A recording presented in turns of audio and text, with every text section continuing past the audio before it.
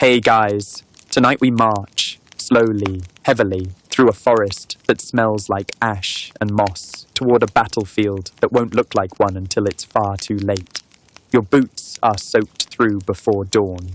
The mud has made a lifelong commitment to your socks. You've been walking for hours, or possibly centuries, depending on which leg is cramping hardest. Above you, the early September sky is that dull, indecisive grey, as if the heavens themselves haven't picked a side. Trees thin as you trudge toward Borodino, a name that sounds almost gentle until you realize you're going to bleed into it. You're part of Napoleon's Grande Armée, 600,000 strong when this whole campaign started, though your current company feels more like a brunch club with cannonballs. You're cold, tired, and not exactly clear on why you're here, except that someone important said it was a good idea at the time. You'd ask questions, but that kind of thing tends to get you noticed. And no one wants to be noticed by Napoleon. Ah, yes, Napoleon Bonaparte. He's here too, somewhere behind you. Or maybe ahead. Or maybe watching from a hill, drawing and redrawing plans with a quill that probably costs more than your entire uniform. He's barely sleeping, pacing, whispering to aides, muttering about Moscow like it owes him money. Historians still argue whether Napoleon wanted to fight at Borodino, or whether he was forced into it by timing, ego, and the sheer inconvenience of retreating with half of Europe watching. You finally reach your rest point, which is generous. It's a field with some patchy grass and a barrel that smells like pickled onions and fear. You sit anyway. The man next to you tries to play a tune on a broken flute. It sounds like a goose having a nervous breakdown. Your pack contains half a loaf of bread, stale, 3 damp letters from home, and a tiny spoon that keeps stabbing your hip. You cradle your musket, which you affectionately named Jacques. Jacques has killed no one, jammed twice, and weighs about the same as a pony. Your officer, a man who smiles too much for someone in charge of other people's mortality, informs the group that tomorrow's going to be glorious. You believe him as much as you believe the flute. The wind shifts. The smell of smoke drifts in. Bonfires cooking. The Russians are out there waiting, watching. Kutuzov, their commander, is probably muttering his own curses right now. Old, one-eyed, and unpredictable. A man who sometimes seems more myth than general. You don't know him, but your feet already hate him. A cannon thuds in the distance. Not fired, just moved. A metallic echo that settles somewhere in your chest. You huddle in your cloak, trying not to think about tomorrow. But you do. You think about mud. About men marching beside you who will not march again. About all the things you didn't do when you had time, like learn Russian or fake dysentery. You think about the road behind you, the hundreds of miles of villages, rivers, and forgotten boots. About how many died just to get here. And you wonder, if this is just the lead-in, what's the actual show going to look like? You close your eyes for a moment, not sleeping, just trying to pretend you're somewhere else. Maybe in Paris, maybe in a tavern, maybe anywhere without horses. The wind picks up again. The sky grows darker, and somewhere out there, Napoleon is still walking circles in the dirt. So, before you get comfortable, take a moment to like the video and subscribe, but only if you genuinely enjoy what I do here. And hey, drop a comment with your location and local time. I'd love to know where you're listening from. Now, dim the lights, maybe turn on a fan for that soft background hum, and let's ease into tonight's journey together. The road to Borodino has only just begun. You wake to the sound of someone kicking over a tin cup. Not cannon fire, not bugles. Just a clatter, a grunt, and the universal groan of soldiers trying to pretend that morning doesn't exist. Your back hurts, your legs ache, your left boot has fused with your sock. You stretch slowly like a cat that regrets every life it's lived and stand in a field that smells like wet wool and indecision. The sun has risen somewhere behind the clouds, casting the world in a pale, unflattering light. You're told to pack up. Again. No one says where you're going, but everyone already knows. East. Always east. Toward Moscow. Toward Russia's frozen heart. But first, Borodino. The road today is less road, more ambition. Mud sucks at your heels with every step, like it wants to keep you here. Trees loom at the edges of the trail, like spectators waiting for the worst part of the show. You pass abandoned farms, half-burned wagons, and at least one piano missing all but 3 keys. No one plays it. A missed opportunity. Supplies are thin. Everyone knows it. The men mutter about food the way poets talk about love. A man beside you swears he saw a hedgehog and tried to eat it. You believe him. The logistics of feeding 500,000 soldiers across an empire are complicated, especially when the empire gets progressively frostier and more vengeful the further in you go. Historians still argue whether Napoleon's supply lines failed because of sabotage, miscalculation, or just the cruel reality that Europe is, frankly, enormous. You pause near a frozen stream. Your officer lets you refill your canteen. The water tastes like leaf mold and disappointment, but you drink it anyway, because there's worse to come. The road ahead forks and you take the left path. It rises gently, offering a brief view of the valley ahead. And there it is, the Kalatsha River, a slow, winding ribbon of water that's about to become very important and very bloody. You also see the Russians. They're not hiding, not anymore. Their army is lined up along the opposite ridge, silent, waiting, dug in like they've been expecting you for weeks, which they have. You grip Jacques, your musket, a little tighter. Someone behind you mutters, "That doesn't look like retreat." They're right. All through the campaign, the Russians have been falling back, burning everything as they go. Villages, crops, bridges, a kind of aggressive hospitality. You'd grown used to it. But this is a change in posture. Kutuzov, the Russian commander, has chosen this place. He wants this fight. Probably. Maybe. It's hard to tell with Kutuzov. He's older than most hills and has a permanent squint that makes you wonder if he sees anything clearly or if he just knows. The French officers gather on a ridge, pointing, sketching. Napoleon hasn't spoken to the rank and file, of course. He's busy with maps and coffee and a great coat that never seems to get muddy. You try not to think about how far from home you are, but the thought keeps sneaking in, like a draft through a cracked window. You remember your sister's soup, a woman you almost proposed to, a bet you never got to collect.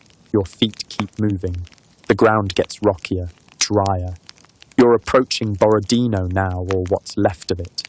It's barely a village, just a few huts, a church, some scattered fences. But by tomorrow, it'll be a name carved into every aching muscle in your body. You're told to dig. Again, trenches cover placements. The smell of fresh-turned soil mingles with sweat and gun oil. You dig in rhythm with the others, and no one talks much. The silence is heavier here, like it knows what's coming. You look across the field again. The Russians haven't moved. They don't need to.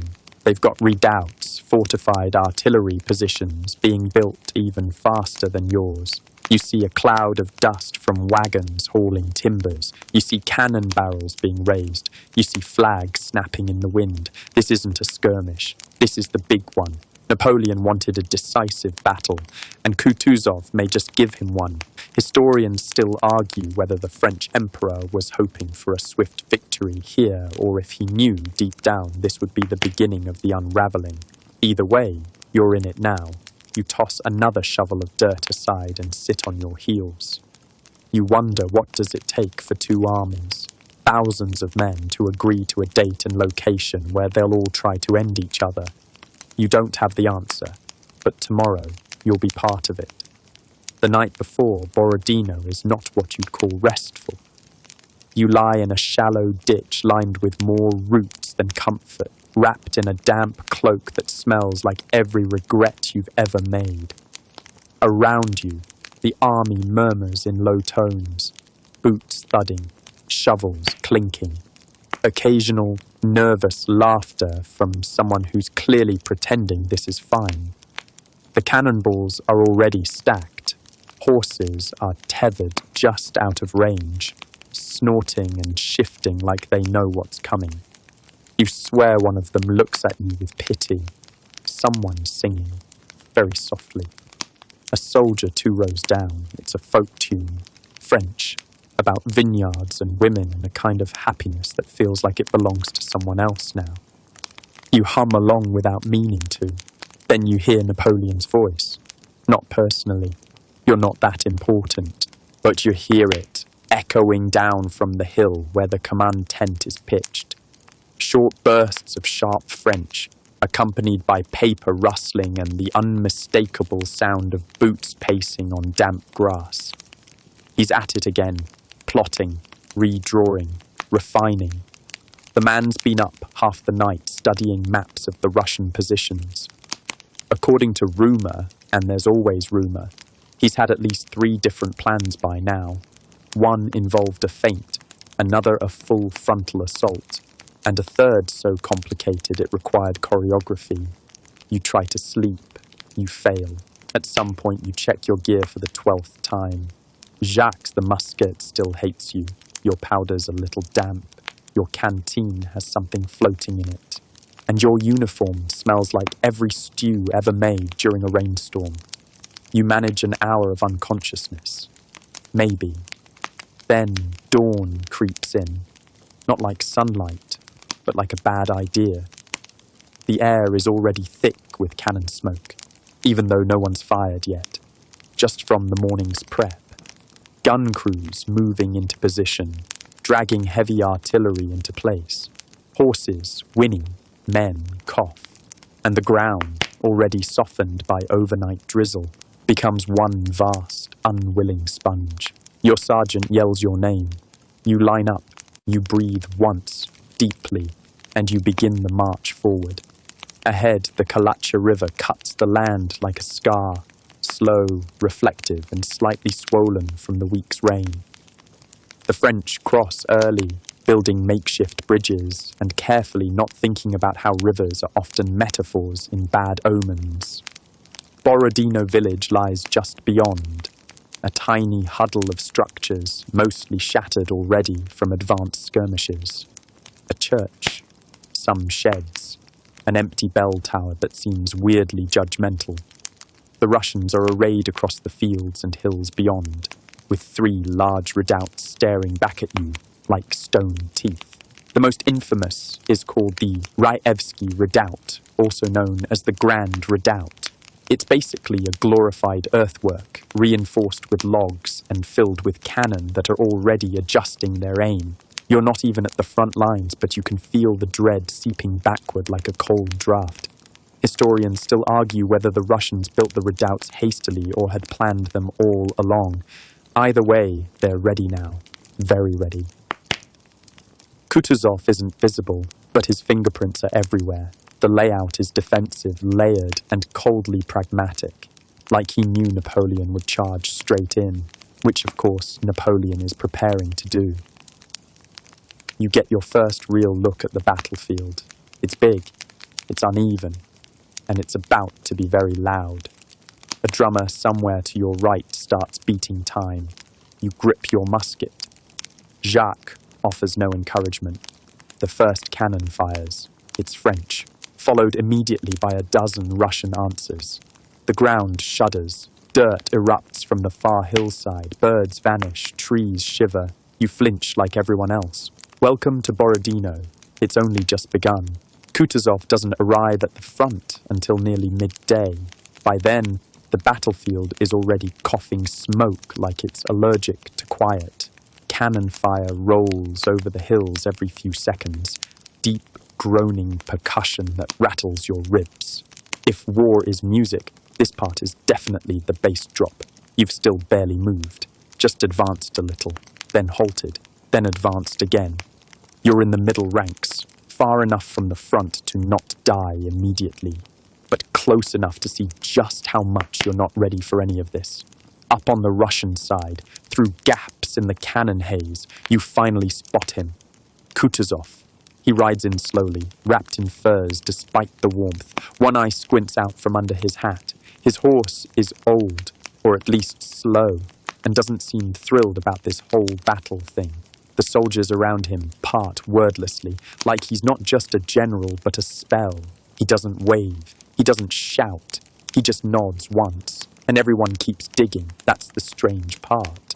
You keep waiting for a speech, a rousing cry, a "Is Sparta Pilanat," but instead, the Russians just fortify. They reinforce the flèches. They stack more logs around the redoubts.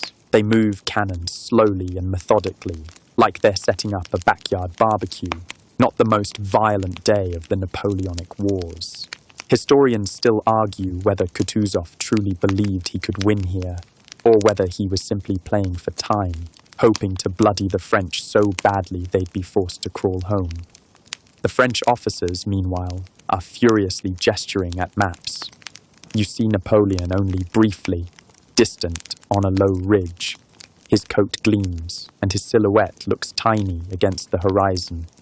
He doesn't come forward, doesn't even mount his horse, just stands, staring. It's a weird kind of confidence, or a dangerous one. You shift uncomfortably. The air smells like saltpeter and horsehair. Your canteen clinks against your side as you move, empty. You don't even remember drinking the last of it. The guy next to you, Eugene maybe, or Louis, you've never been great with names in marching order, has started tying a ribbon around his bayonet. No one asks why. It's probably for luck, or visibility, or just something to do with his hands. Your officer tells you to hold position. Again, you stare at the Russian defenses. From this distance, they don't look like much, just mounds of dirt with gun barrels poking out like angry sunflowers. But you know better. You've seen what happens when you run at fortifications like that. You don't come back. The Revsky Redoubt is especially ominous. Built atop a modest rise, it commands most of the field. Artillery nests in rows. Men stand behind it, waiting, silent, like statues with very loud weapons. Rumors swirl that the redoubt has tunnels beneath it, that it's booby-trapped, that it's cursed. You hope it's just the cannon. Around noon, Kutuzov gives a signal. The Russian guns open fire again, this time not just in response, but with purpose. The French reply instantly. The sky fills with the thick, swirling exhaust of 18th century diplomacy. Flaming iron balls hurled at strangers across a muddy field. You duck behind a tree stump and immediately regret choosing such a low piece of cover. A splinter the size of your thumb embeds itself in your sleeve. Not your arm, just your sleeve. Close enough. You hear horses screaming. You hear men shouting orders in French, Russian, and something that might be just primal screaming. Someone drops a powder keg too close and has to scramble to put it out with their coat. It works. Mostly. You take a deep breath. You check Jacques again. Still loaded. Still useless in the face of cannon fire. Still yours. You tell yourself you'll be brave when the order comes. But for now, you just kneel and watch the redoubt through the smoke. It doesn't blink. Napoleon doesn't sleep much the night before Borodino. And when he does, it's in a tent surrounded by enough maps to wallpaper Versailles. You don't see him, of course, but you hear the stories passed down through the ranks. He's up late, candles burning low, pacing like a man trying to find a loophole in fate. This isn't the Napoleon of painting and myth. Not today. This is the version hunched over his plans, redrawing lines over and over like the ink itself can will the outcome into obedience. He hasn't committed the Imperial Guard, the most elite soldiers in the Empire. That alone has the officers whispering. Historians still argue whether his indecision on that front cost him the battle. Did he hesitate? Did the weight of it all finally bend the spine of the man who once swept across Europe like a weather front? You're not in the command tent, but you are downstream from every single decision made inside it. And today, it's personal. You're woken before dawn, again, this time by a boot nudging your ribs and a voice that says, "Hope you said your prayers last night." You didn't, but you nod like you did. The sun's barely a suggestion when the French artillery opens up. A synchronized bellow from the line of guns echoing through the valley like an angry choir. You don't even flinch this time. You're too tired, too cold, too locked in to care. You're being marched toward the flèches. No one tells you what that word means. Turns out it's a type of field fortification. 3 wedge-shaped earthworks with wooden revetments forming shallow V's that jut out toward your position like claws. They are filled with Russian artillery, infantry, and what you assume is a deep-rooted hatred for your existence. And someone higher up has decided these should be your problem. You trudge forward, through a field that was grass yesterday and is now mud, churned by thousands of boots and horse hooves and cannon wheels. Every step is a suction cup. Every breath tastes like powder. The man beside you vomits quietly and keeps walking. Your orders are simple. Take the flèches. That's it. Take them. Like you're borrowing a book. The first wave hits the outer earthwork just as you're getting into range. You see bayonets flash in the sun, brief glints before they vanish into smoke. A French officer blows a whistle. That seems absurd somehow, but he does it anyway. You advance. Jacques is ready. You are not. Musket balls crack overhead. Some hit, most don't. But every crack is a reminder that something nearby is now less alive than it was a second ago. You pass the twisted remains of a French flag. You don't look too closely at the man holding it. The closer you get, the stranger everything feels, like time hiccups. You can't tell if it's been 2 minutes or 20. You think about your mother, then your boots, then the sound of bees. There are no bees. The flèches loom ahead, sharp dirt angles, wood, smoke, and then you charge. Not heroically, not like the paintings. More like you stumble forward because everyone else is stumbling forward, and if you stop, you'll get trampled, or worse, noticed. You reach the edge and scramble up. You shoot your musket once. You're not sure if you hit anything. Someone stabs a Russian soldier next to you, then slips in the blood and falls backward into the trench. You trip over him, land hard, lose your hat. Jacques skitters out of reach, and now you're just one more soldier in a mess of shouting, clanging, shoving, confusion. You punch someone, someone punches you. It's not glorious, it's barely human. The French take the first flèche, briefly. Then a counterattack comes, and suddenly you're tumbling back down the hill, dragging Jacques by the strap and trying very hard not to scream. You regroup at the bottom. A captain yells that you're going again. And you do. Again and again. By midday, the flèches have changed hands multiple times. So often, no one's really sure who owns them anymore. It's less holding territory and more temporary squatting in the world's angriest ditch. You sit beside a wounded man who's using a bloodied sack as a pillow. He offers you a bite of something unidentifiable. You decline. Above you, the flesh you just left explodes into dirt and smoke from a direct cannon hit. You sigh and tighten your grip on Jacques, because apparently it's your turn again. You're starting to hate the word redoubt. It sounds harmless, doesn't it? Like something an architect would say while pointing at a model. But in reality, a redoubt is just a glorified pile of dirt with artillery inside, and it's trying to kill you. Specifically, the Raevsky redoubt, the biggest one, the one sitting smack in the middle of the Russian line, daring you to come say hello. And now apparently it's your objective. You're given a few moments to regroup, if you can call it that. Mostly it's just sitting on the slope below the hill, trying not to throw up from the smell of powder and burnt canvas. Someone is crying, someone else is praying. You pick at the mud caked into your musket barrel and wonder if anyone would notice if you just rolled into a ditch and took a long nap. Then comes the signal, another blast of drums, another whistle, and you're moving up the hill toward Death's front porch. The French infantry charge in staggered waves. First the Polish units, then some Italian regiments. You're somewhere in the third wave, not quite early enough to get glory, but just in time to get hit with everything the Russians have figured out by now. Artillery first, grape shot, not the fruity kind. Tiny metal balls meant to turn soft humans into softer paste. You hear it hiss and clatter as it sails over your head and punches through the line behind you. Then musket fire. The redoubt erupts with white smoke and thunder. Every step forward is an argument with gravity. Your feet don't want this. Your legs don't want this. Your soul would like to opt out entirely, but you keep climbing. Because the man beside you is climbing. Because the drumbeat says climb. Because Napoleon, sitting somewhere smugly behind the ridge, probably thinks this is going to work.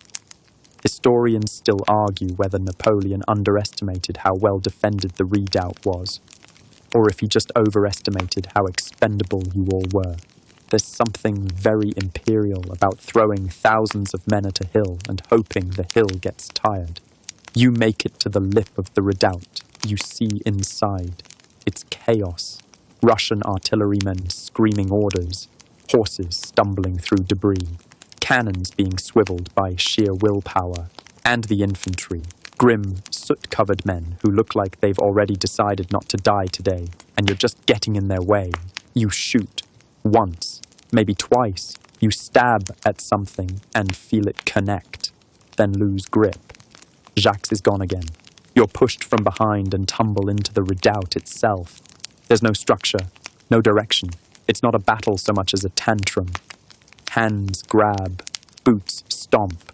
Someone throws a rock, someone else throws up, and then you're thrown out. Literally. A Russian bayonet catches your shoulder and spins you backward. You fall down the hill. You don't even land hard. Just awkwardly enough to lie still for a moment and pretend you're invisible. Around you, more French soldiers charge. More of them fall. A few actually make it inside and plant a flag. And then the Russians take it back again. This goes on for hours. The Raevsky redoubt changes hands multiple times, each swap costing hundreds of lives. It becomes less a strategic point and more a shared trauma. You lose track of time. The sun shifts. The blood dries on your sleeve. You find Jacques again. Somehow. He's half buried under a body. You retrieve him without looking at the face. Eventually your unit pulls back. Not because the redoubt is secure, but because no one can stand up anymore. You sit behind a smouldering cartwheel and listen to the thunder of cannons echoing across the valley. No one speaks. You hear Kutuzov's forces reorganizing on the other side. You hear French officers shouting about one more push. You hear your own heartbeat. And you realize you've been here for only a day. A single, terrible day. And the redoubt is still there, daring you. It's sometime after 3 p.m., and the sun has that late afternoon glare that makes everything look strangely golden, except nothing feels golden. Not the sky, not the blood-slick grass, not the heaps of broken gear and people dotting the hillside. You're still breathing, which feels like both an achievement and a threat. You and a dozen others are slumped behind a fractured fence post near the left flank. One of them is trying to write a letter with hands that won't stop shaking, another's just staring into space, chewing bread like it's sand. The cannon fire hasn't stopped, not once. It's like the battlefield has developed its own heartbeat, thudding and pulsing across every ridge and ravine. You don't hear birds anymore. Even they've left Borodino behind. The French command staff are having what can generously be called a disagreement. One marshal wants to commit the Imperial Guard to finish off the redoubts. Another insists it's too soon, too risky. Napoleon listens to both and then does what he does best: waits. Historians still argue whether this hesitation cost him the battle, whether Borodino could have been a clean French victory if he'd just thrown in the guard. But you're not thinking about legacy or strategy. You're thinking about how your left boot has started to fill with blood again, and whether that's your blood or someone else's. The Russians aren't exactly resting either.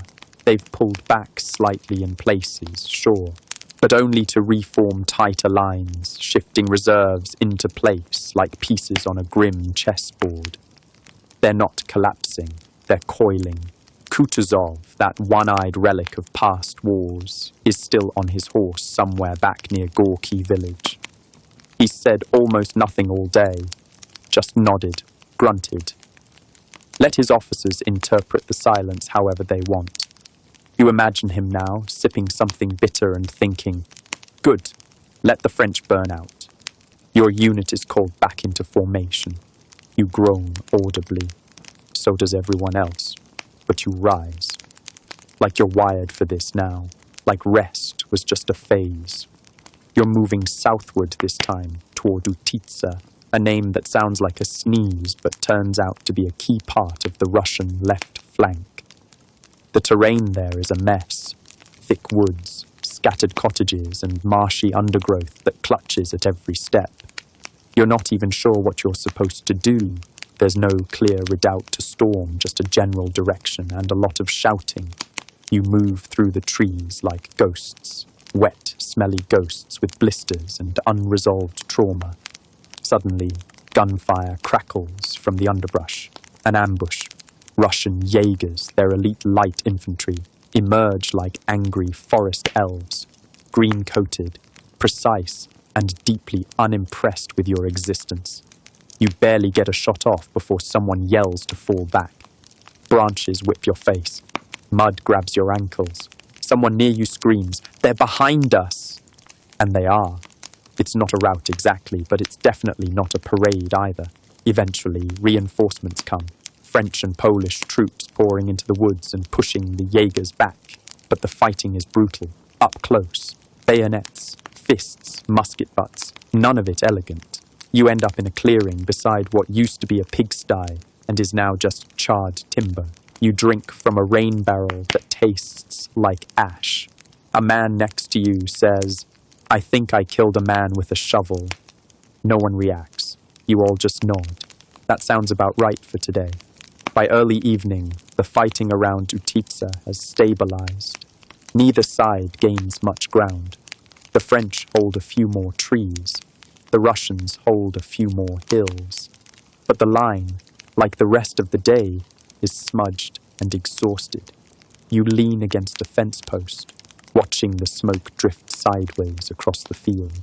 Somewhere in the haze, someone plays a harmonica. Badly. It sounds like a dying duck, but somehow it's the most human sound you've heard all day. And you think, maybe if you survive this, you'll never complain about anything again. Except boots. Definitely the boots. The battlefield smells like iron and damp firewood. You wake up with your face pressed against a mossy log, one side numb, the other side complaining about everything. It's not even morning, just a brief, blessed lull in the shelling. Enough to close your eyes and pretend for 5 stolen minutes that you're somewhere else. Anywhere else. A bakery, maybe. A quiet church. A potato cellar with very patient rats. But someone shakes you. Orders again. Another push. Another hill. Another redoubt that was definitely ours an hour ago, and is definitely not ours now. The rhythm of this battle is starting to feel familiar, like a dance choreographed by a very angry god with a fondness for percussion. This time, you're swinging around to the right flank. You don't ask why. Your officer waves his sword vaguely in the direction of the cannon fire. That's all the strategy you get. You pass a pile of discarded gear, packs, bayonets, one lonely shoe. The ground around it is strangely clean. That's worse than blood. You don't ask questions. The French cavalry has taken to circling the field like bees at a picnic. You watch them charge once, sabres drawn, horses frothing, and get blown back by a cannonball the size of a soup tureen. The horse flips. The rider keeps flying. You pretend you didn't see it. Historians still argue whether cavalry had any place at Borodino, whether their charges were brilliant tactical improvisations or just theatrical flourishes on a battlefield that needed fewer flourishes and more food. You keep moving. The landscape changes again, fewer trees, more gullies. The dirt's redder here, or maybe that's just blood. You try not to think about it. Your group is tasked with supporting an artillery battery being dragged into position. The cannons are massive. The men hauling them are half dead. You pitch in. It's either that or listen to your own heartbeat for another 10 minutes. The cannon commander has a mustache that could qualify as a separate rank. He barks orders in 3 languages, none of them yours. You nod anyway. The Russians are firing sporadically now, conserving powder. That's a bad sign. It means they're settling in, getting patient, waiting for you to exhaust yourself first. You finally help roll a cannon into place behind a crude berm. Then someone slaps you on the shoulder and says, "Well done. Now defend it." You glance at Jacques, your musket, who remains as underwhelmed as ever. You crouch, and you wait. The Russian response comes not with a roar, but with rustling. Infantry. They emerge from a wooded ridge in scattered formation, not charging, but flowing, like water down a cracked hillside. You fire. So do the others. The air fills with smoke and lead. A cannon beside you fires and your ears vanish into a dull ringing. You blink and there's a scorch mark where a shrub used to be. The Russian line falters but doesn't break. They regroup, return fire, and you feel a musket ball slap the dirt inches from your boot. You drop flat. The man next to you is shouting, but you only catch pieces. Reload, faster, and they're circling. And something about a bayonet surprise, which you really hope is a metaphor. It isn't. Suddenly, they're on you, close enough to smell. The fighting shifts again, clumsy, sweaty, desperate. You stab with Jacques and hit something solid. A bayonet flashes. You duck. It whistles past your ear, and you counter with a swing so slow it's basically interpretive dance. You fall. Get up, get pushed. You're back behind the cannon somehow. The mustached commander is down. So is the cannon. You grab his sword. It's too heavy. You drop it, stick with Jacques. He's at least familiar. Eventually, someone sounds a retreat. Maybe your side, maybe not. Doesn't matter. You run, not far, just far enough to breathe. You collapse beside a broken cart and count your limbs. Still 4, still attached, still yours. You lean back and look up at the sky. Clouds drift lazily overhead. One looks like a duck, the other like a boot. The boot kicks the duck. Perfect. A runner passes by, shouting something about the center breaking, about the redoubt. Again. Always the redoubt. You close your eyes, just for a moment, because surely they won't need you again today, right? You don't even stand up this time when the order comes. You just roll to your feet with a groan that sounds like it came from a creaky door and not a living person. Your body's learned the shape of exhaustion now, somewhere between a bad mattress and a collapsing bookshelf. The shouting's getting louder again, which means one thing. The center is falling apart. You limp up a slope, eyes half closed, Jacques tucked under your arm like a particularly judgmental baguette. Around you, others are doing the same. No formation, no urgency. Just the steady shamble of men who've stopped asking why and now only ask when lunch is coming back from the dead. You crest the rise and see it. The Revsky Redoubt. Again. It's still there. It always is. like some kind of stone-faced nightmare that won't go away no matter how many brave, stupid souls throw themselves at it. It's blackened now, charred, smoking, but somehow more alive than ever, like the earthwork itself is angry. There's a new push. Your side, French reserves, what's left of them, are forming up for one final assault. It's late afternoon. The light is slanting sideways, golden, almost poetic if you ignore the part where you're probably about to die. Your officer, who's bleeding from somewhere under his hat, points at the redoubt and says, "Again." That's it. Just again. You march, kind of. It's more of a sway forward, like a congregation of very sad metronomes. The artillery softens the redoubt for the umpteenth time. You can barely hear it anymore. The cannon fire has blended into the landscape now, like wind or waves, background noise for trauma. You reach the slope, climb, slower this time. The mud grabs at you like it remembers your name. Inside the redoubt, Russian soldiers wait behind whatever cover they can find. They look tired too. Some of them are shirtless now. Some are shirtless and bleeding and still holding bayonets like dinner forks. You reach the top. You fire once, reload, fire again. There's no aiming anymore, just habit. Point, snap, smoke. Jacques is hot. You're sweating. You're freezing. Then it becomes hand-to-hand again. It always does. You think you hit someone in the face with the butt of your musket. You hope it was the enemy. You definitely bite your tongue. That part is clear. The redoubt begins to tilt. Not physically, but emotionally. The energy changes. There's a push. Then another. You hear French voices rise. A shout of, "Il cède! They're giving way!" And they are. The Russians begin falling back. Not in a rush, not a rout, but deliberately, like they're done playing redoubt, keep away. You plant your feet atop the ridge and look down into the cratered center of the position. It's hell, absolute hell. Cannon overturned, dead horses, limbs where limbs shouldn't be, someone crawling, someone praying, but it's yours now. For now. Historians still argue whether this counts as a victory.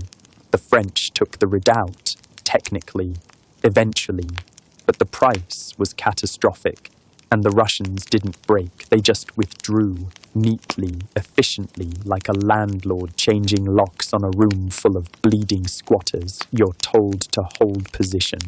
You laugh out loud, not on purpose, just your body's only response to the absurdity. You drop down behind a shattered wheel and eat a piece of bread so stale it could legally be used as a bludgeon. Someone nearby is writing in a journal. You hear the scratching of the quill. The words, too soft to make out, are probably something dramatic, something that'll be quoted centuries later. You hope he spells your name right. Night is falling, fast. The sun is slipping below the trees. The smoke lingers. You watch it drift and mix with the fog rolling in from the river, and for a second, it's quiet. The kind of quiet that makes your ears ring harder, the kind that makes you wonder if silence itself is mocking you. And then you hear the crunch of footsteps. Behind you, Russian skirmishers. You curse, softly, so much for holding position. You don't have time to think. You barely have time to turn. The Russian skirmishers don't charge in a thunderous wave like in the paintings. They're quiet, calculated, darting in and out of the smoke like ghosts with uniforms and unfinished business. One appears just 10 feet away, spots you, and vanishes behind a cart before either of you decides what to do about it. You dive behind the nearest bit of earth that isn't actively on fire. Someone yells your name, or maybe not. Could just be another terrified Frenchman yelling a name and hoping for backup. Either way, you don't move. The skirmishers hit fast, sharp, and low. A few flank the redoubt, peppering it with musket fire. Others creep into the lower slopes, targeting your cannon crews while they're distracted cleaning out barrels. You reload Jacques with hands that feel like raw meat. The flintlock clicks shut with a strangely satisfying snap. Just one small thing going right.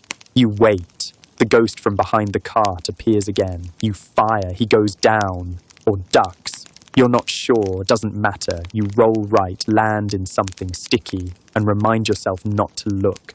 The skirmish is short. Brutal. Most are driven back by sheer numbers.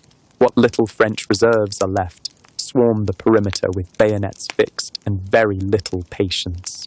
But the damage is done. Another cannon destroyed. 2 more comrades down. 1 officer bleeding from both ears and somehow still shouting orders. One of your mates, Henri maybe, sits beside you, panting. I thought we were done for, he says, chuckling in the least convincing way possible. Then he lies down on his back and starts humming a lullaby. You almost punch him.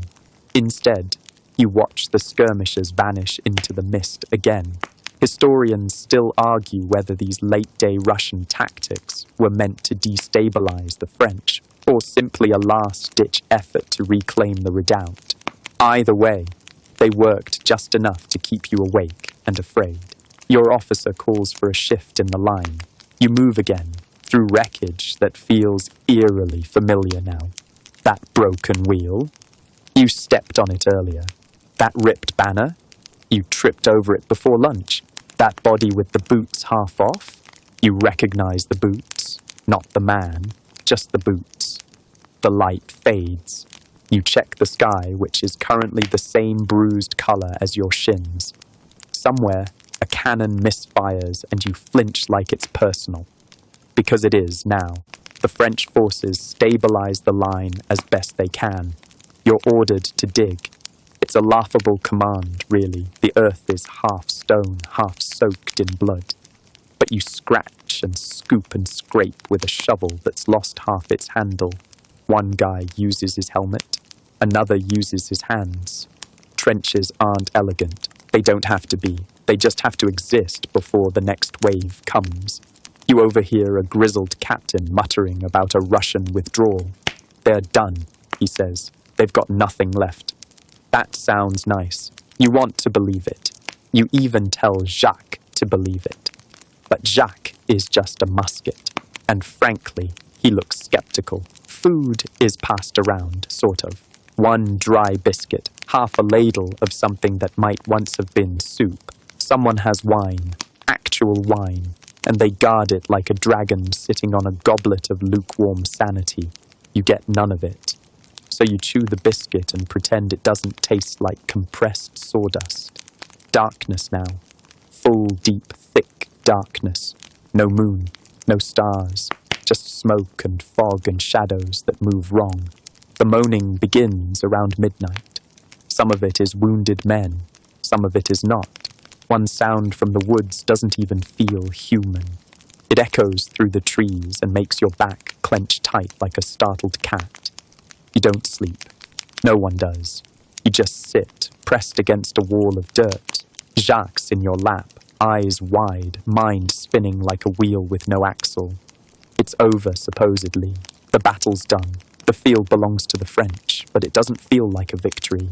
Not when you're still cold, still hungry, still scared, and not when the redoubt still looms behind you like it remembers everything you did to it, and everything it did to you. Dawn arrives like an apology. Soft light spilling across the battlefield, brushing over every broken wagon, every discarded musket, every man too tired to move or mourn. You've made it through the night, but barely. Your neck is stiff, your boots are wet, and Jacques is now wearing a mud mask that some might call spa chic. But you're not in the mood for beauty treatments. You blink against the pale morning haze and try to remember if you dreamed. You didn't. Or maybe you did, but it was just more cannon fire and marching. These days, even your subconscious is sick of this campaign. Someone beside you coughs up something suspiciously red and says, "At least it's not raining." You both chuckle. Then it starts raining. Because of course it does. The battlefield looks different now. Not better, just quieter. The redoubt is still there, still smouldering gently like it's had a long night out, but the movement around it has slowed.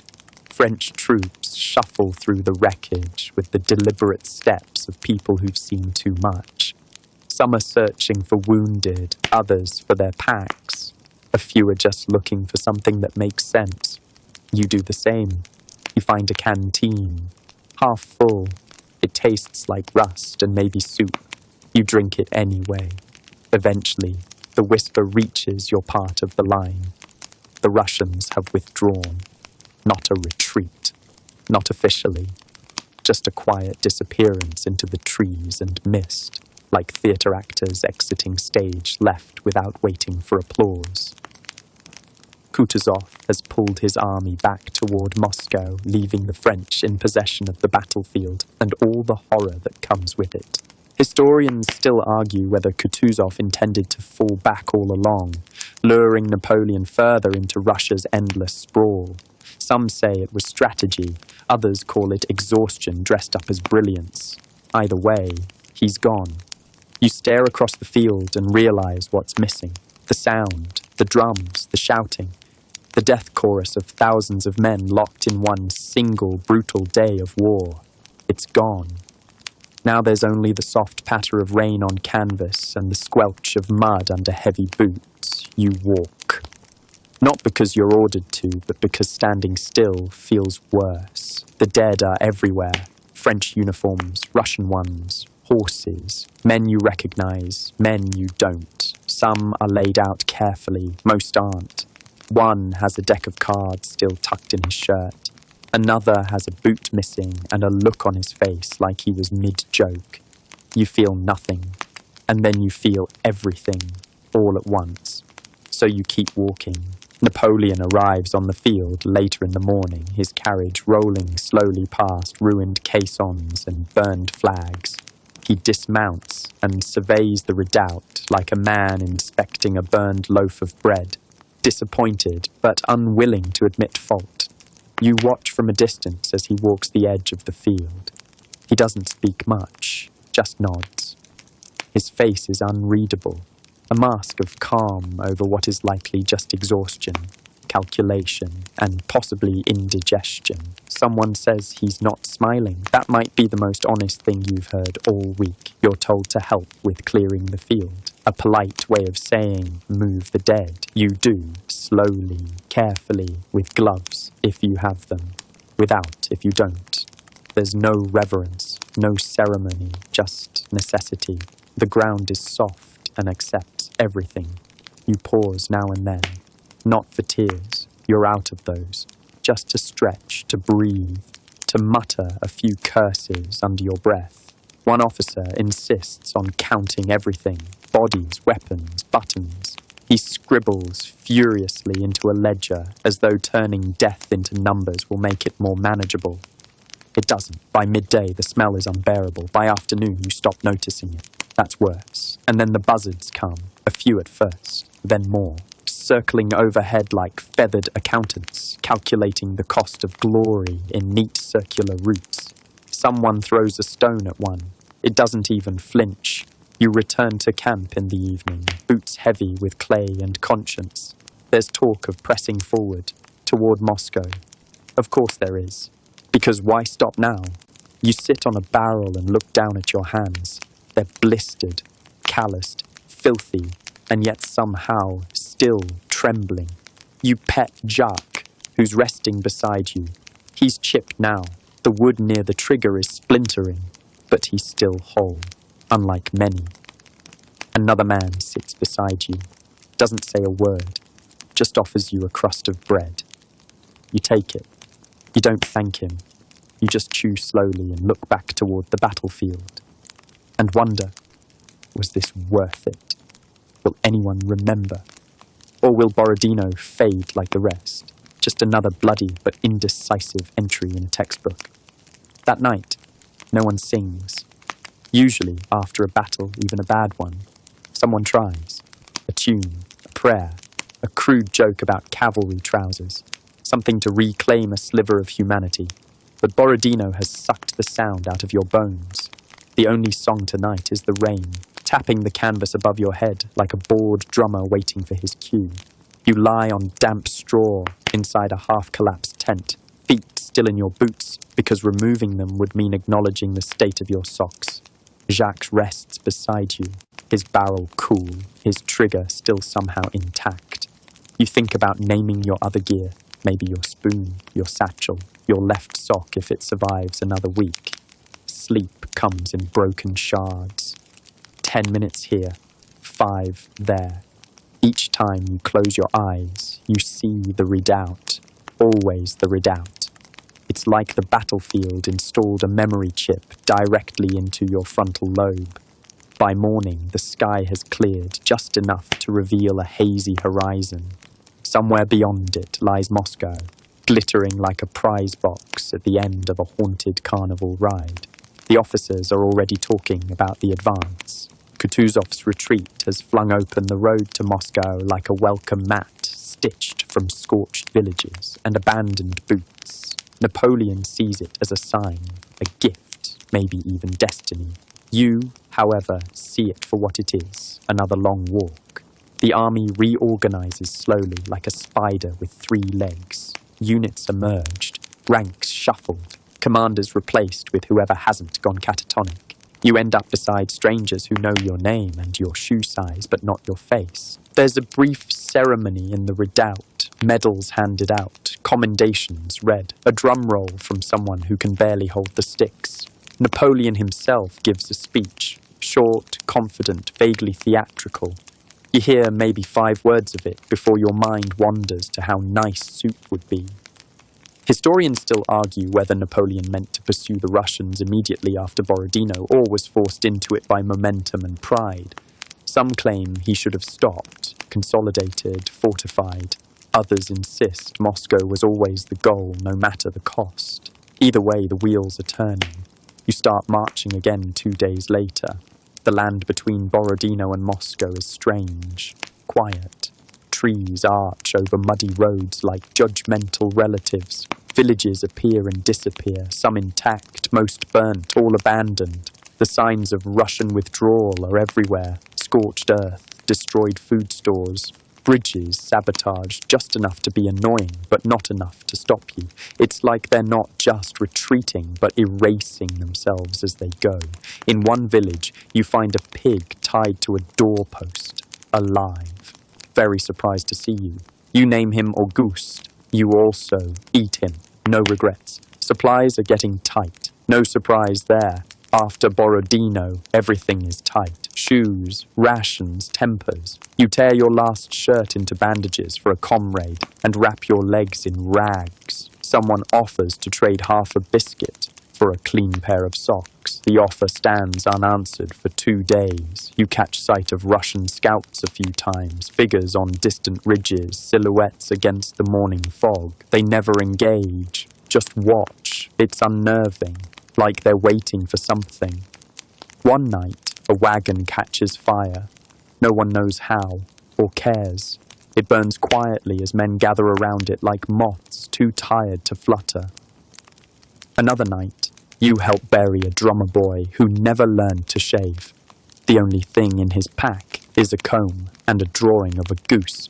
You don't ask. By the 10th day after Borodino, your unit is within spitting distance of Moscow, or what used to be Moscow, because it's burning. The skyline is red, black, orange, a wall of fire rising from the churches and mansions of the city. Columns of smoke twist into the sky like angry fingers. You blink, rub your eyes, still burning. No cannon fire, no army waiting, just fire. Napoleon, in a rare display of emotional transparency, apparently gapes like someone just told him his favorite wine has been discontinued. The Russians didn't defend the city, they abandoned it, and then set it on fire, on purpose. Historians still argue whether it was the Russian military, angry civilians, or a rogue breeze with a grudge that lit the match. But what's clear is this: Moscow is not a prize. It's a smouldering, gutted skeleton of a city. And now it's yours, sort of. You march into the outskirts on foot, boots squelching in ash and mud. The gates hang open.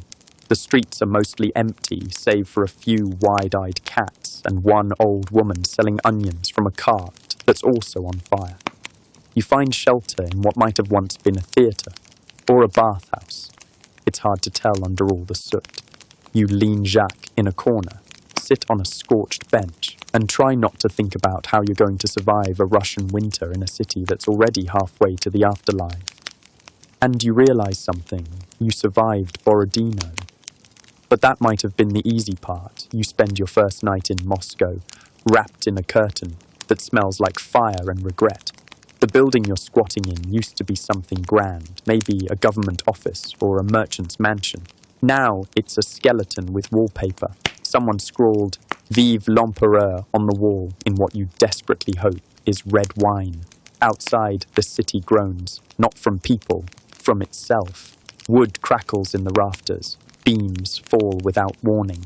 The fire is still burning in places, weeks after the Russians struck the match and walked away like stage magicians exiting mid-act. You trudge through ash the next morning to find breakfast, which turns out to be a boiled shoe shared among 4. Yours is the lucky bite, mostly leather, no nails. The man across from you gnaws on a buckle with quiet determination. Napoleon has taken the Kremlin. You're told this like it means something, as if the bricks of that ancient fortress will knit themselves into blankets or bake themselves into bread. He sets up his headquarters there, hoping, no, expecting, that the Russians will soon beg for peace. They don't. Historians still argue whether Napoleon truly believed Tsar Alexander would fold once Moscow fell. Some say it was wishful thinking. Others believe he gambled everything on the psychological impact of the city's capture. But weeks pass. No envoys come, no letters, just silence and smoke. You and your comrades are left to patrol, forage and try not to freeze. The nights are getting colder. Inside the remains of a theatre, you light a fire with sheet music and shattered furniture. Someone finds a prop sword and names it General Regret. It's ceremoniously placed beside Jacques, who has finally earned a nap. Foraging missions become your new routine. You walk blocks at a time, stepping over charred beams and past walls covered in soot. One day you find a bag of oats, another a chest full of feathers and nothing else. Once you nearly get buried by a collapsing roof while chasing what turned out to be a cat wearing a fur hat. Your uniform is in tatters. Your boots are softening into strange shapes. Your hat. Remember your hat. You traded it for a half-rotten onion 2 days ago and have no regrets. Someone else tried eating the onion raw. He regrets it deeply. You explore a cathedral. The front is scorched, but the inside is cool and still. You walk through pools of coloured light filtering through cracked, stained glass. Burnt icons lie in piles. A single candle flickers in front of a blackened altar. You don't pray, you just sit. Outside, the army is unravelling. Not all at once. Not with a shout. Just slowly, men disappear. Some desert, some vanish into the ruins. Some drink themselves into stupors that never quite end. You pass a captain sitting cross-legged in the street, giving orders to a pigeon. No one stops him. He seems busy. Every day Napoleon delays retreat. The rumours grow worse. The Russian army is regrouping. The roads are impassable. The cold is coming. Someone whispers that winter here can crack stones and freeze ink inside pens. You try not to listen. You try harder not to believe it. Then come the fires inside the camp. Not the Russian arsons. Not anymore. These are yours. Cook fires set too close to powder wagons. Campfires left untended. A candle knocked over by a man too drunk to stand. More supplies vanish into smoke. And finally, when you think it can't get worse, the snow arrives. First it's soft, pretty even. A dusting on the rooftops. Then it thickens, piles, stays. You wake up one morning with frost on your eyelashes and realize you can't feel your feet. You wiggle your toes. Two respond. Good enough. You're ordered to ration your rations. It's like being told to reuse a dream. You eat a mixture of crumbs, memories, and something called hardtack, which is neither hard nor tack, but rather a block of sadness carved into a rectangle. In one desperate moment, you boil leather strips from a saddle. The stew tastes like regret and horse. Someone suggests eating rats. Someone else admits they already have. You name your stomach Napoleon because it constantly wants more territory. Every day, you wake up hoping today will be the day the emperor decides to leave. March back, try something else, go literally anywhere that isn't on fire and full of frostbite. But he stays, and so do you, until one day, mercifully, desperately, comes the order to pack. You don't cheer. You're too tired to. You just gather what's left. Strap Jacques to your back, wrap your feet in the least wet rags you can find, and prepare to walk away from the smoking jewel of a dead city. Behind you, the flames flicker. Ahead of you, the snow falls. And you, poor soldier of Borodino, are now part of the most infamous retreat in modern history. Congratulations! You leave Moscow without ceremony. No trumpets, no farewell speeches. Just the crunch of frost beneath battered boots and the ragged breathing of men who know what's coming and don't want to name it. The Grande Armée is a little less grand now. You march with thousands, but fewer than before, and those who remain look more like ghosts than soldiers. Eyes hollow, uniforms patched with curtain scraps, feet bound in every cloth-based material ever invented. The wagons creak behind you, filled not with supplies, but with wounded, sick, and whatever plunder Napoleon deemed worth saving. Gold candlesticks, broken paintings, a grand piano that hasn't been playable since Borodino, and still no food. You pass through the city gates and onto the road heading west, dragging your soul behind you like an overstuffed pack. The snow deepens, the cold sharpens, and your lungs begin to sting with every breath. At first, it's manageable. A little frostbite here, a little coughing there. Then the wind picks up. It slices through coats, pierces gloves, and finds the tender spots behind your ears and under your collar. No matter how many layers you wrap around yourself, the cold always wins. Someone tries to sing. It comes out as a croak. Jacques, poor lad, is wrapped in a scarf you stole from a burned boutique. The lock is freezing up. You keep him close for warmth, though, honestly, he's about as warm as a chilled carrot. Then the first horse goes down, slips, cracks something, can't get up. The officer in charge stares for a long moment, then pulls his pistol and ends it. You all keep walking. Historians still argue whether Napoleon should have left Moscow sooner. Some say a week earlier might have saved half the army. Others claim the delay sealed the fate of the entire campaign. But here you are, late, hungry, cold, and walking into the kind of winter poets write warnings about. The Russian army is behind you now, watching, waiting, occasionally poking at your flanks like a cat testing a half-dead mouse. They don't need to fight. They just need to follow. By the third day, the road is littered with more than footprints. Discarded muskets, overturned carts, gloves with fingers still inside. You stop noticing after a while.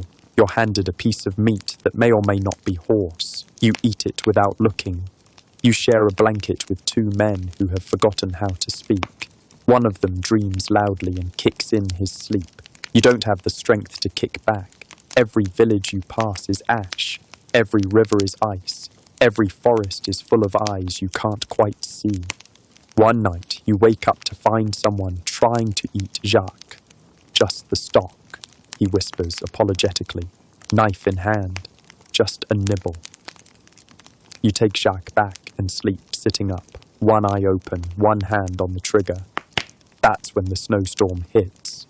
Not gentle flakes this time. A wall of wind and white that blinds you, deafens you, and steals every last ounce of warmth from your marrow. Men stumble off the road and vanish. Horses scream.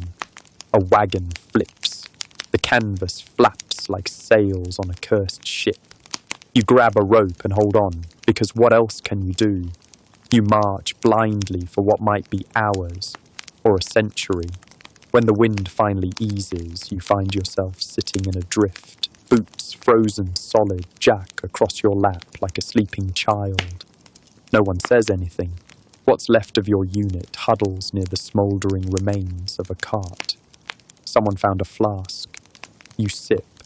It's mostly water. Still tastes like heaven. The next few days blend together. Fewer men. More snow. A silence that grows louder by the mile.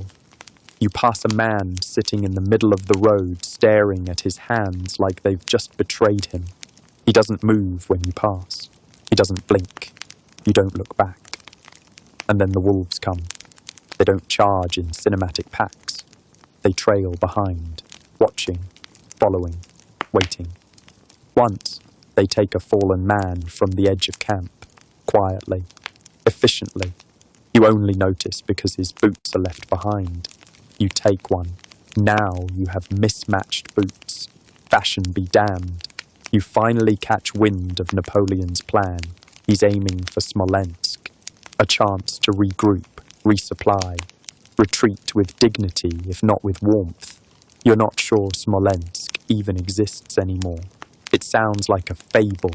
A cozy town with hot bread and soft beds and soup that doesn't bite back. You let yourself believe in it, because hope is lighter than despair. Barely. You keep walking.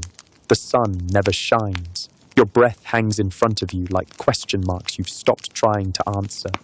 And somewhere behind you, always behind you, the Russians smile. Smolensk, when it finally rises into view through the snowy haze, is not a sanctuary. It's a frost-bitten sigh of a city. The walls are intact, mostly. The gates open to let in what's left of Napoleon's once glorious army, now reduced to a column of half-starved ghosts wrapped in stolen curtains and leftover pride. You stagger through those gates behind a man who no longer blinks. He's carrying a shovel like a scepter, muttering names you don't recognize. Jacques is still with you, tucked under your arm, a loyal lump of metal and splinters. You pat him now and then to make sure neither of you has turned to ice. Inside the city, what passes for shelter depends on your timing and rank. Officers take over houses. Soldiers like you cram into abandoned stables, cellars, or anything with a roof. You find yourself in what used to be a bakery. There's still flour on the walls and the faintest scent of burnt crust. It's the nicest thing you've smelled in a month. Someone builds a fire. It smokes more than it warms. Someone else finds a barrel of pickled cabbage. You nearly weep with joy until you taste it and realize it's more pickled mildew than cabbage. Still, you eat. You sleep for longer than 2 hours. You even take your boots off, which feels scandalous. Your feet are not happy about it. One toe is definitely black. Another is giving off strong, about-to-mutiny energy. You wrap them tight and pretend not to notice. The rumors start immediately. We're safe here. We'll winter in Smolensk. Reinforcements are coming. The Tsar will surrender. Peace is on its way. You hear them all. You believe none of them. Because just outside the city, the snow is still falling. The Russian army is still there. And you know, deep in your frozen gut, that this is not over. Napoleon gives another speech. You miss it. You're too busy scouring the bakery basement for something that might resemble soap. Instead, someone finds a dead rat. The debate over whether to eat it lasts longer than it should. The rats win that one. But your hopes losing ground fast. Historians still argue whether Smolensk could have saved the French army. Some claim if Napoleon had properly supplied the city or stayed longer, he could have stabilized his forces. Others insist it was already too late. The retreat, once started, was a landslide. What's certain is this: you don't stay. Napoleon leaves again, westward, homeward, towards the Niemen River and the long, cold idea of France. You groan when the order comes. The boots go back on. The packs are slung. Jacques gets another layer of rags and a whispered pep talk. And off you go. Again, more walking, more snow. But something's changed. Now it's not just survival. Now it's escape. The army behind you isn't marching anymore. It's fleeing. Men fall and are not picked up. Horses drop and are stripped before they've even cooled. Civilians join the march, drawn to the column like moths to a dying lantern. They're worse off than you. Rags for clothes. Babies strapped to backs. Faces hollow and hopeful in equal measure. You pass a frozen river. You cross it. Halfway across, the ice cracks like a pistol shot. Everyone panics. Someone screams. A wagon goes under, dragging 2 men with it. You don't see them again. You do not stop. You reach a village. It's more ruins than refuge. The Russians were here first. Every door is gone. Every chimney collapsed. You shelter in a barn with no roof, and somehow it still feels like luxury. One man finds potatoes buried in the snow. He boils them in a tin helmet. It is the best meal you've had in 3 weeks. Another man tries to desert. He disappears into the woods. The next day, he returns, voluntarily, and asks to be let back in. His hands are gone, just stumps wrapped in shredded cloth. The officer nods. The man stays, but he never speaks again. You keep walking. The line of survivors stretches thin. It no longer looks like an army. It looks like a parade of ghosts dragging their stories behind them like broken flags. Jacques feels heavier than ever. You talk to him now, out loud. You apologize for everything. The cold sharpens again. You don't know how it can possibly get colder, but it does. One morning, you wake up, and the inside of your nose is frozen. You sneeze and it cracks. You're not even surprised. You march on, and at last, blessedly, unbelievably, you reach the Berezina River, the final barrier, the last trial. And what lies beyond it? The edge of Russia, France, warmth maybe, hope, possibly. But first, bridges must be built, and what's left of your strength must carry you across. The Berezina doesn't welcome you. It taunts.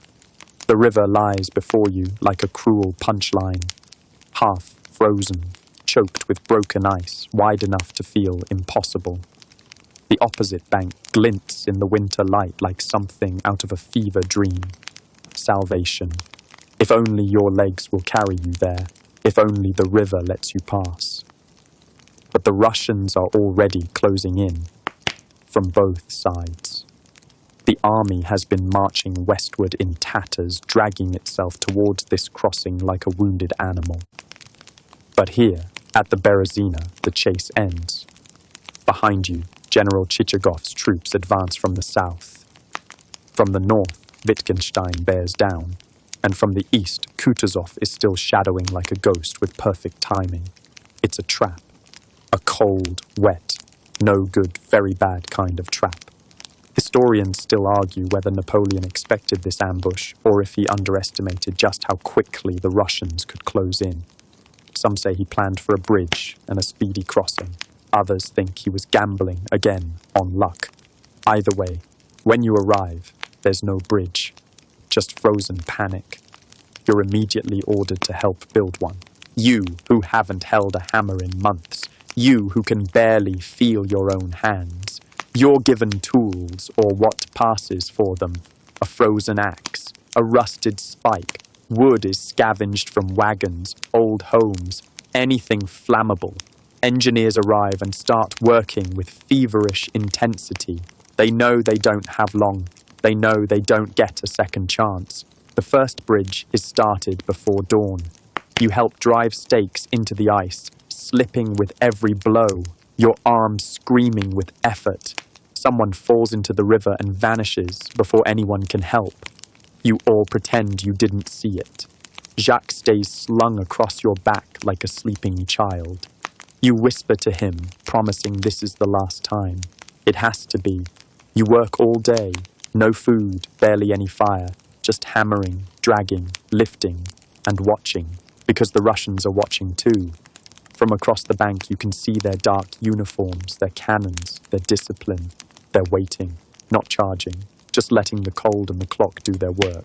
Finally, miraculously, a bridge is ready. At least, it's ready enough. The crossing begins before the ice can shift. Napoleon sends over the remnants of his imperial guard first, along with artillery and officers. It's chaos from the start. Horses balk, men slip, carts overturn. The bridge creaks like it's contemplating betrayal. You are ordered across the next morning. There is no time for ceremony. You clutch Jacques. You tuck your scarf tighter. You place your boot on the first plank like it might bite. The bridge sways. The wind shrieks, and you walk, step after step, breath visible in clouds. Below you, the black river slithers past, choked with chunks of ice and memories you'd rather not examine too closely. Someone ahead stumbles. Everyone freezes. The plank bends, but it holds. You keep walking. At the midpoint, the cannon fire starts, not from behind, not from across, from everywhere. The Russians are firing now, shells landing close enough to make you duck, to rattle the bridge beneath your feet. One cart ahead is hit. It tumbles into the river, along with the driver. You don't see him resurface.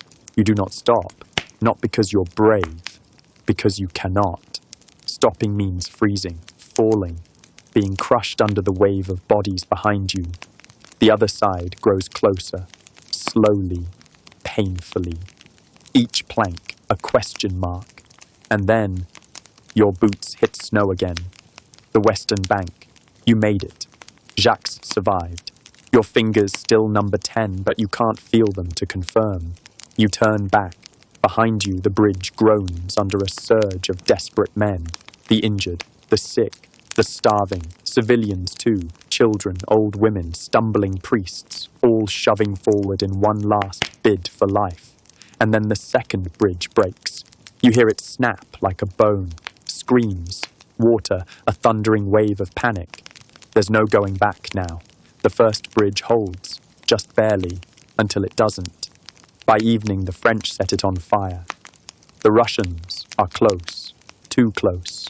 They destroy what's left of the crossing to stop the pursuit. And everyone's still on the eastern bank? They're not coming. You sit in the snow, exhausted beyond language. Your boots are full of ice. Your eyes sting from the smoke. And in your chest, something sharp and quiet has taken root. Not grief, not rage, something else. A kind of hollowness. The road ahead is open now. What's left of it? Beyond the Berezina lies Lithuania, then Poland, then home, maybe. But you've learned by now not to look too far ahead. You settle down beside a dying fire. Jacques beside you, still whole, somehow. And you think, not for the first time, that survival doesn't feel like victory. It just feels like another night. You don't remember waking up, it just sort of happens. One moment you're slumped beside the fire near the Berezina's edge, jacket stiff with frost, lips too cracked to smile. The next, you're walking again. Boots thudding softly over ice-covered roads, the sky the same grey it's been for weeks, maybe months. Time's gotten slippery, your bones creak like furniture, but you keep moving. The retreat is thinning. The Grande Armée is no longer an army. It's a procession of silhouettes, blurred, limping, silent. A man stumbles past you wearing only half a coat and someone else's boots. He's humming to himself, maybe to stay awake, maybe because it's the last song he knows. You want to join him, but you've forgotten the tune. Somewhere in this snowstorm that masquerades as Europe, Napoleon has slipped ahead. He's left the army to its marshals and hurried on to Paris, back to politics, to save face, to rewrite history before the ink freezes. You're still here, in the white.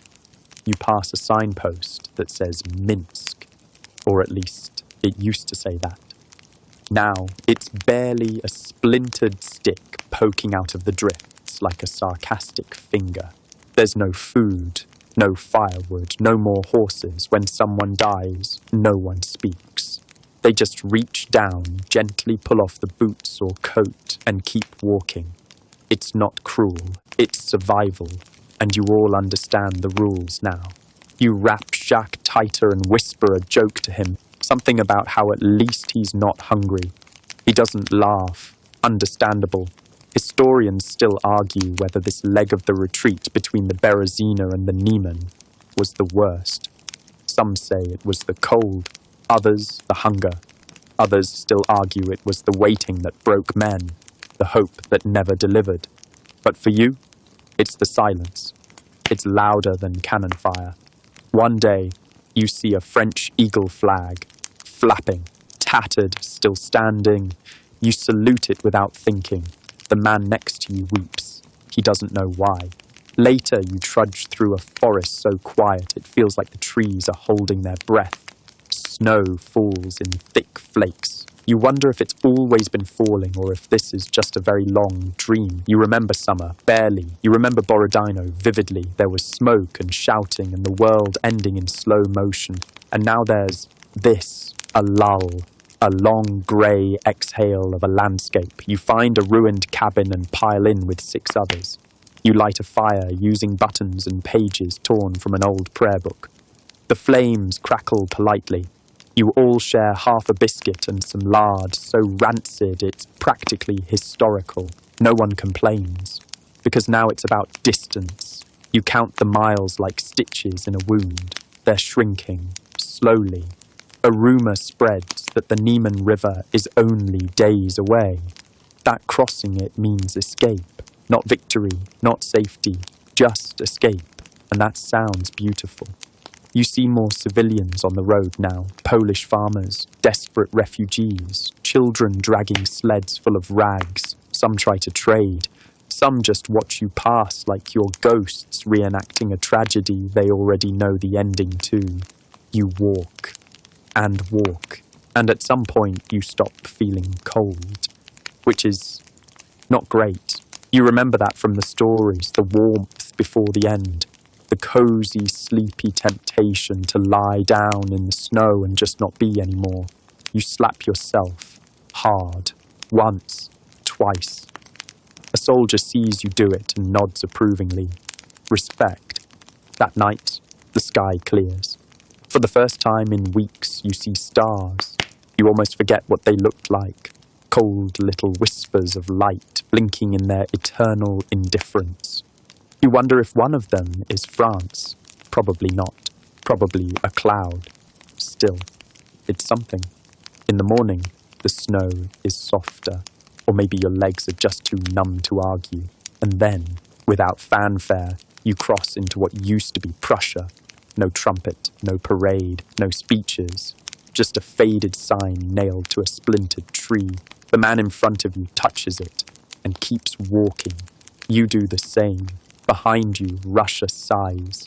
Ahead of you, France is still weeks away, but you're closer now, closer than you ever thought you'd be. And that's worth something, isn't it? The first real building you see in Prussia is a barn. Not burned, not broken, a barn with a roof, 4 walls, actual doors. It feels like Versailles. You and a dozen other frostbitten remnants of the Grande Armée pack into it like grateful sardines. Someone finds straw. Someone else finds a barrel with a few sad turnips rattling around the bottom. It might as well be Christmas. You eat slowly, reverently. The turnips are boiled into something vaguely soup-adjacent. Someone says a toast, but his teeth are chattering so badly you only catch a word or two. Something about survival and Napoleon's boots. It doesn't matter. You raise Jacques anyway. He appreciates the gesture. In the morning, a few locals approach. At first, you brace yourself. Pitchforks, perhaps. A stern lecture about looting. But instead they offer bread. It's stale. Dense as limestone. Delicious. You cry a little. Quietly. Turns out you're not the worst thing to pass through this region in recent memory. The Prussians are cautious but not hostile. News has travelled fast. They know the French army has been shattered, that Napoleon is racing home, that Moscow burned and the Russian winter won. You don't correct any of it, because honestly, it all sounds about right. You find a mirror for the first time in months, and you flinch. Your face is a pale, wind-scoured thing. Your cheeks sunken, beard patchy, lips cracked. One ear is a little blue. Your eyes look too big, like they're borrowing space from other features. You lean closer and whisper, "Still handsome." Jacques disagrees. Historians still argue whether Napoleon's retreat through Prussia was intentional or just the path of least resistance. Some say he wanted to rekindle old alliances. Others say he just wanted roads that weren't buried in human misery. Either way, you're here now, and it's survivable. You pass through towns that used to spit on French soldiers. Now they mostly stare. Some offer food. Some look away. No one throws anything. A child asks if you were in Moscow. You nod.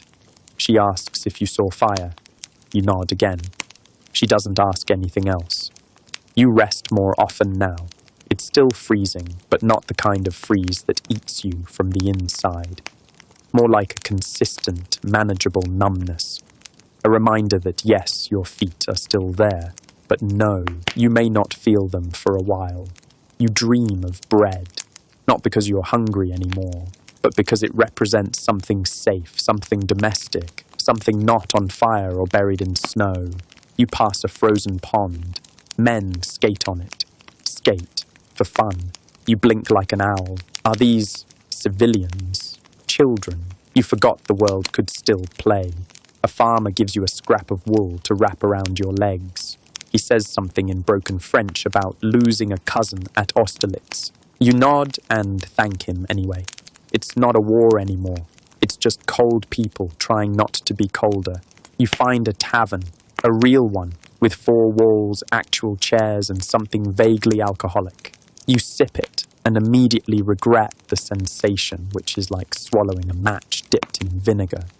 But you take a second sip anyway, and a third. You laugh for the first time in weeks. It sounds weird, unpracticed. You leave a button as payment. The barkeep shrugs. Everyone's broke now. You hear whispers about Napoleon's return to Paris, about how he rode ahead with a tiny escort and reached the capital before anyone expected, about how he's spinning the whole thing into a kind of noble struggle. No mention of the bodies lining the snow. You believe it. He's always been good at stories. But you're not a story. You're what's left behind. What limps over hills and through forests and across borders, one frostbitten foot at a time. You cross into Saxony. The landscape softens. The trees are fuller. The wind is less vicious. Somewhere someone plays a violin. You stop walking just to listen. It's out of tune. You don't care. By now, your hands are healing, mostly. The skin is like bark. Your legs ache constantly. Your back hurts from carrying Jacques, who now holds nothing but old papers and a frozen crust of bread you've decided to keep as a souvenir. The worst is behind you, or at least that's what you tell yourself, because the further west you go, the more things start to look normal again. Not cheerful, not safe, but functional. And function is a luxury you've forgotten to want. You start to think about France, about your town, your family, whatever might be left. You realize you've been gone so long, you don't remember what color your front door was. Did it even have a door? You walk slower now, not because you're tired, though you are, but because part of you doesn't know how to arrive anymore. You've lived in retreat so long that going home feels like a concept invented by someone else. But the road continues, and so do you. Jacques bounces on your shoulder. The cold stings a little less, and somewhere, not too far now, the border of France waits. The first sign you're truly close to France isn't a flag or a town name. It's the smell. Damp earth instead of frost. Wood smoke that doesn't reek of desperation.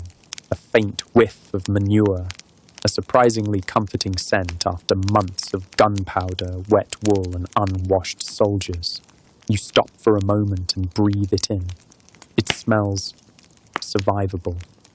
Someone beside you chuckles. Home, he says. You don't correct him. You don't say that this stretch of borderland isn't quite France, not officially, because right now, it doesn't matter. You're close enough that your body starts remembering how to want things. A real bed, a cup of coffee, a bath that doesn't involve melted snow and a prayer. Your stomach doesn't just grumble anymore, it insists. The last nights on the road are quiet. Fewer men now, even fewer words. No one's trying to be brave, you're just trying to be. Someone hums, not a military tune, something folkish, maybe from Brittany. You hum along even though you don't know the words. Neither does he. You pass a roadside shrine. The candle has long since gone out, but someone left bread at the base. It's a bit green. You all eat it anyway. Desperation? Maybe. Or just tradition. You spot a dog. Real. Live. Four-legged. Not hungry. It trots past you like a third ambassador from normal life, tail wagging slightly. The army, what's left of it, is splintered. There's no formation now, no flags. You move in clusters or alone. Some ride half-lame horses, others push carts with squeaky wheels and frozen loaves. Jax is still with you. He's developed a personality at this point. Grumpy, loyal, probably a bit judgmental. You promise him a shelf in your house once you get back, assuming your house still exists. Historians still argue how many men made it back. Out of 600,000 who began the invasion, maybe 100,000 returned. Some say fewer. Some count only those able to hold a musket. You count yourself lucky to be among the few who remember how to hope. You finally reach the river marking the French border. It's modest, not the grandeur of the Berezina. Just a lazy little stretch of water trickling under a wooden bridge that's seen better years. There's no ceremony, no guards, no brass bands waiting to welcome you home. Just a crossing. You pause on the near side. Behind you, Russia, ruin, silence. Ahead of you, questions, wounds, possibly soup. You take a breath. Step forward. The plank creaks underfoot. Jacques thumps against your back. And then, you're in France. Nothing changes. Not immediately. The sky doesn't clear. Your feet still hurt. You're still wearing 3 layers of stolen curtain. But it's France. Someone points to a farmhouse and swears the bread there is warm. Someone else mutters about conscription orders. You ignore both. You walk until you find a patch of earth that looks soft enough to sit on. You do. You take off your boots. Not for long. Just for a minute. You let your toes breathe the French air. They don't thank you, but you imagine they might. Napoleon, you hear, is spinning this whole thing as a temporary setback. He's already recruiting again, planning again. Preparing for the next war like this one was just an inconvenient frost. You don't care. Let him plan. Let him march. You've done your part. You survived Moscow. You survived Borodino. You survived the retreat. And now you're sitting in a field in France, cradling Jacques like a bizarre war trophy. The wind blows gently. And for the first time in a long while, you let yourself believe this might be over. You don't arrive home with trumpets. You arrive with blisters and a pack that smells like 5 different kinds of mildew. No one is outside waiting. No one cheers. Your town looks exactly as you remember it, only smaller somehow, like it's been quietly getting on with its life while you wandered off into madness. Your house still stands. You stare at it for a long moment before stepping through the gate. There's frost on the windows, laundry stiff on the line, and smoke curling from the chimney. These are not heroic details, but they're perfect. A dog barks, not at you, just at life. You knock on your own door like a guest. When it opens, You see a face you've missed so badly it makes your throat ache. You try to speak, but nothing comes out. Instead, you hold up Jack like a slightly wounded gift. They take him. Then they take you. You sit beside the fire for the next several hours, wrapped in warmth, telling almost none of your story. Because how do you explain that Moscow burned and your best meal in weeks was a pickled onion you found near a half-dead horse? You don't. You sip broth instead and let someone else talk about crops and neighbours and who got married while you were away. Later, you wash. It takes 3 buckets and some soap you don't recognise. You discover layers of grime you thought were part of your skin. Eventually, your face reappears. A bit thinner, maybe, a bit older, but still yours. Jacques gets cleaned too. He's placed beside the hearth. You consider naming him officially. Jacques the survivor. Jacques of Borodino.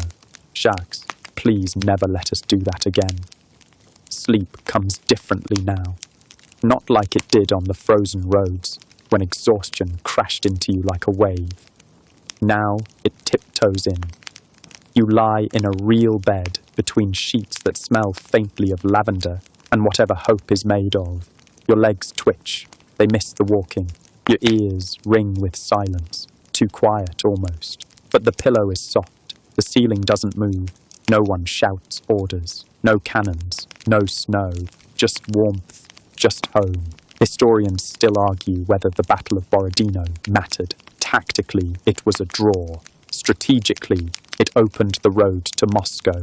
But morally, for both armies, it was a wound that would fester long after the smoke cleared. You know what mattered. It was surviving. It was watching men disappear into snowdrifts, towns into ash, and somehow still walking forward, even when forward looked like a frozen river and backward was on fire. You dream now, not of battles, not even of bread. You dream of little things, sunlight on a wall, rain hitting a roof, the quiet clatter of a spoon in a warm kitchen, and in your dream, you're still holding Jacques, because of course you are. You earned him. And now, as the fires fade and the snow settles behind us, you let the last images of that long, cold road drift slowly out of reach. No more marching, no more frostbite jokes, no more phantom cannon fire rattling your ears. Just the hush of night, the calm of a soft blanket pulled up over tired shoulders. You've been across half of Europe tonight, through forests and fields, rivers and ruin. You've stood in smoke at Borodino. You've survived the retreat through ice and silence. And still, you kept walking. But now your boots are off. The pack is down. Jacques is safely tucked beside you, as he should be. There's nothing more to prove, no more distances to cross. The stars are out again, and they're not blinking in alarm. They're steady, quiet, familiar. Let your breath slow now. Let your thoughts soften like snow on old rooftops. You don't need to remember everything, just this feeling of having made it, of coming home, of finally, gently, resting. You're safe now, you're warm, and the only thing left to do is sleep.